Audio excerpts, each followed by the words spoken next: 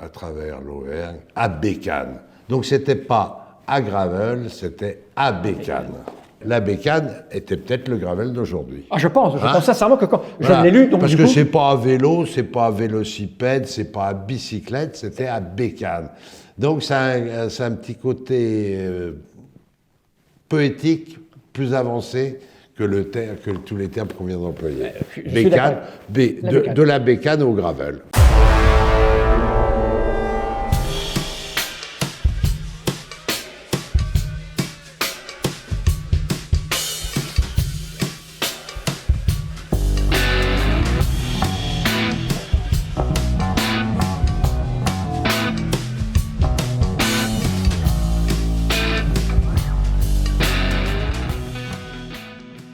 Et les origines de la société Zefal remontent à 1880. Étienne Sclavrand, qui était un tourneur sur métaux, a créé les valves Sclavrand, qui portent son nom, qui sont devenues après les valves Presta. Les Américains appellent les French valves. Ensuite, il y a eu une autre entreprise qui fabriquait des timbres, AFA. des timbres. Oui, des sonnettes. Ah, des sonnettes, ok, oui, parce que j'étais là à la poste, moi, tu vois. Non, les timbres qui sonnent. Les deux sociétés ont fusionné dans les années 30 et sont venues s'installer ici à Jargeau. À la base, elles étaient toutes les deux parisiennes. C'est 1938, l'année d'implantation de la société ici. Puis depuis, ça a vécu un peu sa vie. La marque Zefal a été créée. La marque Zefal est devenue prépondérante pour la société. Et la société, juste avant les années 2000, s'est renommée Zefal. On n'est pas là pour parler de Zefal, c'est juste que vous avez édité un bouquin que pour vos clients qui raconte les aventures fabuleuses de deux gars qui en 1897, donc quasiment en même temps que la société se crée ici, sont partis traverser la France avec les tout premiers vélos qui existaient. C'est un récit d'un des premiers voyages à vélo. Mon père te parlera forcément de l'aventure de mettre la main sur ce récit et ses croquis, puisqu'on avait deux copains, un qui avait une belle plume et puis un qui avait un beau coup de fuseau et qui donc chacun a tenu le livre de bord et a dessiné, accrobardé l'aventure. Tout ça, ça a été réuni dans une petite boîte qui a été oubliée pendant une bonne centaine d'années et que mon père a eu la chance de trouver et d'acquérir. Et on en a fait ce livre qui est tiré à quelques centaines d'exemplaires. Il n'y a même pas d'ISBN, donc de toute façon, on le vendra pas. Il est fait pour être offert, pour être échangé sous le manteau. Ça reste un petit peu confidentiel et c'est une belle aventure d'époque, fin 19e, donc dans une France qui n'est pas du tout notre France à nous. On a l'impression de voyager à l'étranger quand on lit ça. Autour du vélo, autour de la souffrance et du plaisir de l'aventure que procure le vélo. Patrice est le père de Mathieu. 1. 2. Il a usé ses fonds de culotte pendant une quarantaine d'années chez Zefal, à Aubervilliers, où était le siège et l'usine principale, puis à Jargeau, où nous sommes installés depuis, Mathieu a dû vous le dire, j'ai oublié les années, ne faites jamais appel à mes mémoires, vous seriez déçus. Voilà, donc le père et l'ancien président de Zefal en face de vous. Oui, bien entendu, c'est obligatoire dans la famille. Mais je faisais un vélo tranquille, promenade bourgeoise du dimanche matin, sans esprit de compétition, mais avec une envie de découverte et quand même envie de perdre les kilos superflus qu'on accumule au fil des mois. Voilà. Mais c'était du vélo pas intensif comme Mathieu, qui lui est un peu piqué, comme beaucoup de ses congénères, un peu malade. Si j'ai bien compris, c'est un intermédiaire entre le vélo de route et le VTT. C'est plus campagne que le vélo de route, mais c'est moins acrobatique que le VTT. Mais c'est tout ce que je sais. Ce petit bijou, pourquoi je l'appelle bijou, c'est parce que je dois vous dire que je suis un peu du genre papivore. J'aime le papier, pour ce qu'il représente par son odeur, par son ancienneté, sous toutes ses formes. Alors ça peut être du livre, ou ça peut être de l'estampe, de l'affiche. Il me faut du papier pour respirer. Alors, comment j'ai trouvé ça? J'ai trouvé ça parce que, en plus d'être papivore, j'étais un peu collectionneur. collectionneur donc un peu crétin, comme tous les collectionneurs, qui accumulent un certain nombre de choses sans bien savoir pourquoi, mais qui le font avec un tel plaisir qu'ils ne peuvent pas le regretter. Alors, je reviens pour répondre à votre question. J'ai deux réponses possibles. Soit une réponse de rêve, soit une réponse de réalité. Alors, la réponse de rêve, je vous raconterai que j'aurais pris mon gravel et qu'après 400 km, je serais arrivé dans une vieille ferme perdue avec les volets fermés ou arrachés. Je serais rentré et que dans le grenier, j'aurais trouvé une malle remplie de papiers et qu'après 6 heures, j'aurais trouvé dans les milliers de papiers que contenait la malle ce petit bijou de relation d'un voyage en gravel. Alors ça, c'est l'explication de rêve. Alors l'explication de réalité, je l'ai trouvée tout bêtement chez un libraire parisien. C'est moins glorieux, mais c'est plus réel. Le récit et puis l'illustration que je trouve de très très belle qualité. C'est créatif, c'est imaginatif, on vit complètement l'aventure de ces deux garçons là qui se font moitié bastonner par des villageois apeurés de voir ces fous qui arrivaient avec des engins qu'ils ne voyaient pas passer tous les jours. Et puis le récit à vélocipède, parce que je collectionne sur le vélocipède. Donc ça, c'est dans mon cœur de choix. Du vélocipède, du voyage, de l'illustration, on ne peut pas rêver mieux. Et en plus, le côté inédit, puisque manifestement, ce manuscrit n'a jamais été édité. En tout cas, j'en ai pas trouvé la trace. Donc il n'a jamais dû être édité, donc c'est formidable de trouver cet exemplaire et d'éviter qu'il ait terminé dans un feu, dans une poubelle. Là, on peut vous dire que merci. Voilà, on peut me dire merci. Pour une fois, on peut me dire merci. Oui, là, je vous dis merci. Oui. Donc, vous découvrez les images et après, il y a le texte. Parce qu'au départ, quand on vous ouvre la boîte, j'imagine... Alors, le texte, très compliqué à lire, parce que je ne sais pas si vous avez vu l'état. L'état ne permet pas une lecture facile. Alors là, je me suis tourné vers un de mes copains qui s'appelle Serge Laget et qui est un historien fou du sport et du vélo en particulier. C'est un garçon incroyable qui a travaillé beaucoup à l'équipe, au journal de l'équipe, qui est vraiment un historien du sport. C'est un puits de science.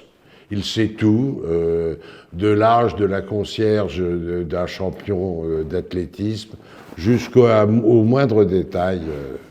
Donc, je lui ai confié ça et je lui ai demandé qu'il ait la gentillesse de me le taper. Ce qu'il a fait, ce qui fait que moi, j'ai pas lu le texte en hiéroglyphes, j'ai lu un texte tapé. Et j'ai lu avec plaisir, ce petit récit de voyage est croustillant, parce que ces deux potes qui s'en vont comme ça à l'aventure à une époque plus compliquée qu'aujourd'hui, parce que les chemins, ils sont un peu aventureux. Vous l'avez lu personnellement ? Ah, je l'ai lu. Ah, je l'ai lu, et je l'ai bien lu. Je l'ai là, entre les mains. Parce qu'une fois que j'étais chez Feval, j'ai pas pensé à filmer le livre. Donc il est là. Il est juste là, entre mes mains, donc c'est un petit ouvrage qui est moderne, donc du coup, qui est bien loin de la version originale, forcément, qui est très fragile et précieuse. Je l'ai lu et j'ai trouvé ça fascinant. Et pas seulement parce que j'aime le vélo. Parce qu'évidemment, quand on aime le vélo, quand on aime le gravel, c'est fascinant parce que ces gars-là, en 1897, il y a donc à peu près 125 ans, ce sont les premiers à faire une pure virée gravel en backpacking. Ces types enfourchent leur vélo, vont rouler à travers les chemins, les forêts, les champs, avec leur sac à dos, et ce, sur plus de 10 jours. En fait, simplement, ils font ce que nous sommes en train de faire sur YouTube, Instagram, sur les réseaux sociaux. Ils font exactement ce que nous faisons, mais avec un crayon, du papier, ils écrivent et ils dessinent et ils racontent leur énorme sortie gravel. C'est de l'ultra longue distance. Ils font quand même plus de 900 km. C'est juste affolant. Et puis, si on se replace à l'époque, faut penser à l'allure des vélos. C'est juste dingue. Et le petit détail qui a son importance, c'est que nous, quand nous roulons, nous avons une peau de chamois, nous avons des vêtements en lycra près du corps, extrêmement bien conçus, avec des poches partout. Ces gars-là, vous imaginez les vêtements dans lesquels ils ont roulé? C'est juste fou. Ils se prennent à un moment donné des saucés, des trompes d'eau sur le coin de la gueule. Le Gore-Tex n'existait pas. L'ouvrage, comme Patrice est collectionneur d'affiches qui parlent de vélos, elle est truffée de publicité pour des sociétés qui fabriquent des vélos. Et donc il y a des vêtements, mais quand on voit la gueule des vêtements, c'est juste affolant. Et puis, si on n'est pas spécialement passionné par le vélo, cet ouvrage est tout de même fascinant parce que c'est l'histoire de France. C'est une France rurale. On sent déjà une dichotomie entre Paris et les régions. Et puis, un voyage dans la France c'est quasiment un voyage dans des pays étrangers, parce que quand ils arrivent en Auvergne, par exemple, mais les accents, moi je me souviens, je suis un peu âgé, donc je me souviens que mes grands-parents roulaient les airs, mais cette façon de parler est en train de s'effacer, de quasi disparaître, puisqu'on est soumis à la télévision, on est soumis à la radio, donc en fait le langage, les accents, c'est reproduire ce qu'on entend, et il y a une espèce de nivellement de l'accent par tout ce qu'on peut écouter et entendre. Donc forcément, ces accents disparaissent, mais à l'époque, quand ils arrivent dans des régions comme l'Auvergne, ils ne comprennent pas un mot de ce qu'on leur raconte. Et puis bien évidemment, quand ils arrivent dans des endroits, ils ne connaissent pas les gens, mais les gens sont surpris déjà par leur vélo et ce qu'ils sont en train de faire. Ça vient d'arriver, le vélo, dans le monde moderne de 1897. Il y a eu des évolutions, mais le vélo tel qu'ils le pratiquent, c'est tout récent. Il y a des endroits, ils n'en ont jamais vu de leur vie. Les gens sont surpris, et puis, il faut demander le gîte, il faut demander le couvert, il faut pouvoir dormir. Donc c'est assez fou comment les relations se mettent en place. C'est violent, hein. C'est pas le monde de maintenant. C'est-à-dire que la sécurité, c'est pas tout à fait celle que nous connaissons, hein. Mais ils étaient tranquilles. Ils étaient armés, mais tranquilles. Bref, c'est juste absolument phénoménal. Et puis c'est une réflexion sur, il y a le grand débat sur le gravel, oui mais on réinvente rien, c'est du marketing, nanana, c'est vrai, je confirme, ces gens-là nous confirment que le gravel, c'est quasiment l'essence du vélo, c'est le début du vélo, donc c'est un retour en arrière, cette fois-ci réfléchi, parce que si eux ils sont partis dans ces conditions-là, c'est qu'ils n'avaient pas d'autre solution, pas d'autre possibilité, et nous ce qu'on fait maintenant c'est se réapproprier cette essence du vélo et l'utiliser avec tout ce qu'on a de plus moderne sous la main pour se faciliter la tâche, parce qu'on n'est plus tout à fait constitué de la même manière. Ces gars-là, c'est des costauds, je vous le dis moi. Je peux vous dire que parfois vous lisez des passages, waouh, les mecs, c'est des brutes, hein. Donc oui, le gravel, ce n'est qu'une remise au goût du jour du vélo à l'ancienne, des origines du vélo. Mais finalement, on s'en fout. Ce qui compte, c'est la pratique. Et ça, c'est juste génial. Donc ce livre est absolument dément, les dessins sont splendides. En fait, ces deux types, Léon Girand-Max et Marie-Antoine Barret, sont absolument extraordinaires. La manière dont ce type dessine, c'est très fin 19e, début 20e, il a un coup de crayon assez fantastique. La manière dont c'est écrit avec beaucoup d'humour, il y a du recul, c'est beau. La manière dont il s'exprime, la manière dont il construit ses phrases, l'endroit où il place ses virgules, c'est vraiment très très plaisant, c'est incroyable. Alors quand on aime le dessin, ce qui est mon cas, quand on aime les beaux mots, ce qui est mon cas, même si je lis pas beaucoup, j'adore quand c'est bien écrit, c'est assez extraordinaire. Et puis bien sûr, c'est fou de se dire que ces gens, dans cet ouvrage, dans ce qu'a trouvé Patrice, enfoui dans cette enveloppe chez un libraire parisien, racontent l'une probablement des toutes premières virées Gravel de tous les temps. Ce qui est dommage, c'est que vous ne pourrez pas le lire, mais... Vous méritez vraiment le livre. Vous méritez vraiment le livre. Quand je vois votre enthousiasme, votre émotion en parlant, vous le méritez. C'est très gentil. C'est une petite merveille. C'est pour ça que je suis très content que Mathieu se soit emparé de l'opération. D'abord pour faire éditer ce livre, pour qu'un plus grand nombre de personnes puissent profiter de ce petit bijou. Et en plus, avec l'idée d'un challenge, donc je ne sais pas tout, dont vous devez savoir beaucoup plus que moi. L'idée de base, c'est que sur les 400 exemplaires qu'on a tirés, il nous en reste aujourd'hui 150. On en a distribué 250 à nos clients partenaires et il nous en reste 150. Qu'est-ce qu'on peut en faire, sachant que c'est pas intéressant de les vendre, de toute façon ils n'ont même pas d'ISBN, eh ben on va les faire gagner.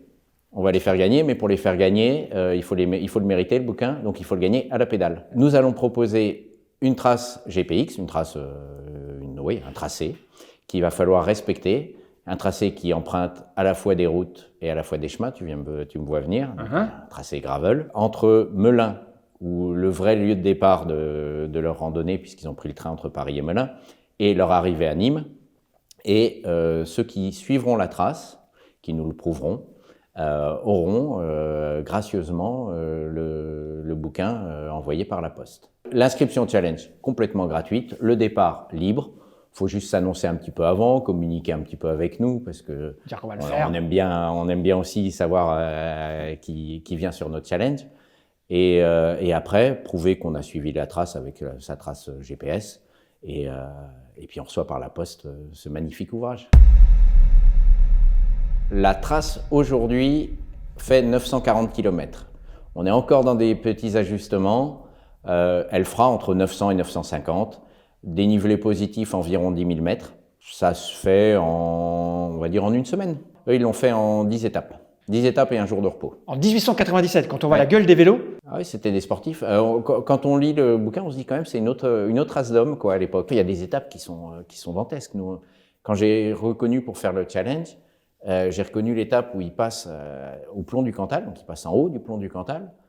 On l'a fait à Gravel. On n'a pas réussi à faire toute leur étape dans la journée. Et le plomb du Cantal, je l'ai retiré de la trace parce que c'est trop dur, quoi. On marche trop, on est sur du chemin empierré entre 15 et 25% tout le long. Et je me suis dit que ça amuserait pas. Moi, ça m'a beaucoup amusé, mais parce que je revivais le bouquin, mais ça amusera pas forcément tous les challengers. Surtout que les gens, normalement, ils liront le bouquin après. Bah oui. Ah oui. Alors, on travaille à refaire une version condensée du bouquin, faire un petit carnet de route qu'on enverra avant le challenge. Ah ouais. Je ne sais pas si je serai en mesure de le proposer, mais l'idée, c'est quand même de commencer à s'inspirer et d'avoir les petits clins d'œil de l'histoire tout en faisant le challenge, et puis quand même avoir la récompense, le vrai bouquin à la fin. C'est un projet pour moi qui est à la fois pro et perso. Alors pro parce que Zefal soutient ce challenge, parce que Zefal paye les frais externes du développement du challenge. Les bouquins, tout ça, c'est fait par Zefal. Mais après, pour faire vivre ce challenge, il faut plus que des salariés. Il faut des bénévoles qui en rêvent la nuit, quoi. Et qui viennent sur la trace du lundi au dimanche faire du vélo et s'amuser sans que ce soit un travail. Donc, c'est à la fois un projet d'entreprise et puis un projet d'un groupe de potes qui se rassemblent autour de ce projet et qui sont tous cyclistes graveleux et qui vont venir reconnaître la trace, mais aussi travailler sur la communication, travailler sur le règlement du challenge et essayer d'en faire quelque chose d'amusant. Donc c'est un projet qui est un projet d'amis, quoi. Il y a déjà une association, mais le gros, c'est pas de gérer le juridique de l'association. Le gros, c'est d'avancer tous les dossiers pour avoir un joli challenge et que les gens aient envie de venir passer une semaine sur les routes et les sentiers entre Melun et Nîmes. On travaille un peu sur la trace, alors sur notre temps libre, sur nos vacances, donc ça avance à rythme modéré. Moi, j'ai fait l'intégralité et d'autres aussi dans le groupe ont fait déjà l'intégralité du parcours. Le problème, c'est que chaque fois qu'on fait une reconnaissance, eh ben, on se dit, tiens, là, il y a un truc à améliorer, donc on modifie la trace et il faut reconnaître à nouveau, en espérant pas remodifier. Donc nous allons, avec toi d'ailleurs en février, rouler sur un bout de trace du côté de la Loire, du côté de Sancerre, que j'ai modifié récemment et dont je veux voir si le potentiel est vraiment là. Donc tout a été reconnu, enfin en tout cas l'intégralité du chemin entre Melun et Nîmes a été faite, mais la trace est différente et il y aura une grande reconnaissance, la répétition générale qu'on fera avec notre groupe de potes début avril, la semaine du 9 au 14 avril. Une fois que c'est fait, que c'est verrouillé, on peut rendre le challenge public. J'ai des amis un peu proches et puis d'autres, des satellites, des cyclistes que je connais par différentes aventures vélo que j'ai déjà faites avant, qui me conseillent sur la trace, qui ont eu le bouquin et qui me disent là, je crois reconnaître et on pense savoir où ils sont passés. Après, on a pris quelques libertés par rapport à ça, ne serait-ce que parce que, alors certaines routes étaient bitumées déjà à l'époque, mais surtout c'est devenu la Nationale 7. La route royale, comme elle s'appelait à l'époque, de Nîmes à Saint-Flour, c'est la grande route qui traverse la Causse de l'Aubrac.